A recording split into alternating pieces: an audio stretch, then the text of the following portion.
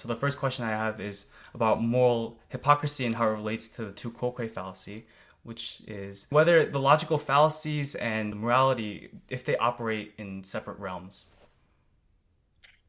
Yeah, really good question. I think hypocrisy definitely is related to that fallacy. Oh, interesting. Yes, I think it is. We have to start with hypocrisy, right? So what Hmm. it is. I mean, people will disagree upon the details, but the kind of glossy version is hypocrisy is about sort of saying one thing and doing another. It's not a sort of satisfying full definition, but a kind of case would be where, I see you littering and I criticize you for this and I blame you for it and I tell you no one should under any circumstances be littering. And then you see me throwing wrappers on the grass all the time and littering myself. So that looks a bit hypocritical of me then that I'm blaming you for it when I'm saying you shouldn't do it and I'm doing it myself. So a lot of people would say, well, it's really about sort of standing up for values that you don't fully stand for, right? I'm standing up for the value of environmentalism, but I don't stand for it. Look at me littering And that would be everywhere. the more symmetrical view. Yeah, so I guess there's different things we can mean by symmetry. One thing we might mean is whether there's a symmetry between me blaming you for something I've done Hmm. and between me blaming you for something I've never done but would do. So some people think those are like both kinds of hypocrisy. We should kind of view them symmetrically. Hmm. Um, Other people like me think there's an asymmetry there. I think it's clearly hypocrisy when I've littered and I blame you for littering. I think it's less clearly hypocrisy if I've never littered and I I see. blame you for littering. Yeah. And I would do it, but I had never have. I think that's more questionable. But if we connect, we have like a working idea of what hypocrisy is. And now the question is, how about the two coquet fallacy? So I think the two coquet fallacy, it's often, suppose you see me littering Hmm. and you give me this brilliant argument about why people shouldn't litter.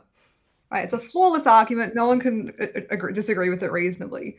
And then my response to you is just to go, well, you litter. Yeah.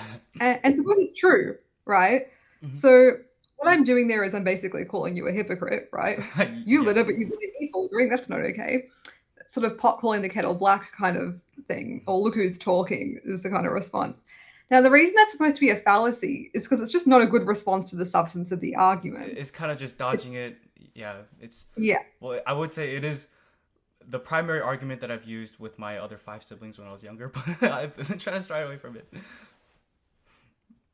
yeah. So I think you're right. It's like a kind of refusal to engage with the Hmm. substance of the argument. So rather than say to you, well, maybe littering isn't always wrong, blah blah blah, and I engage with the argument, I Hmm. just deflect attention to you, the person making the argument. Yeah. Now, the reason it's a fallacy is just because you're a litterer doesn't mean you haven't put forward a good argument against littering. That No, doesn't of course. follow, Hmm. right?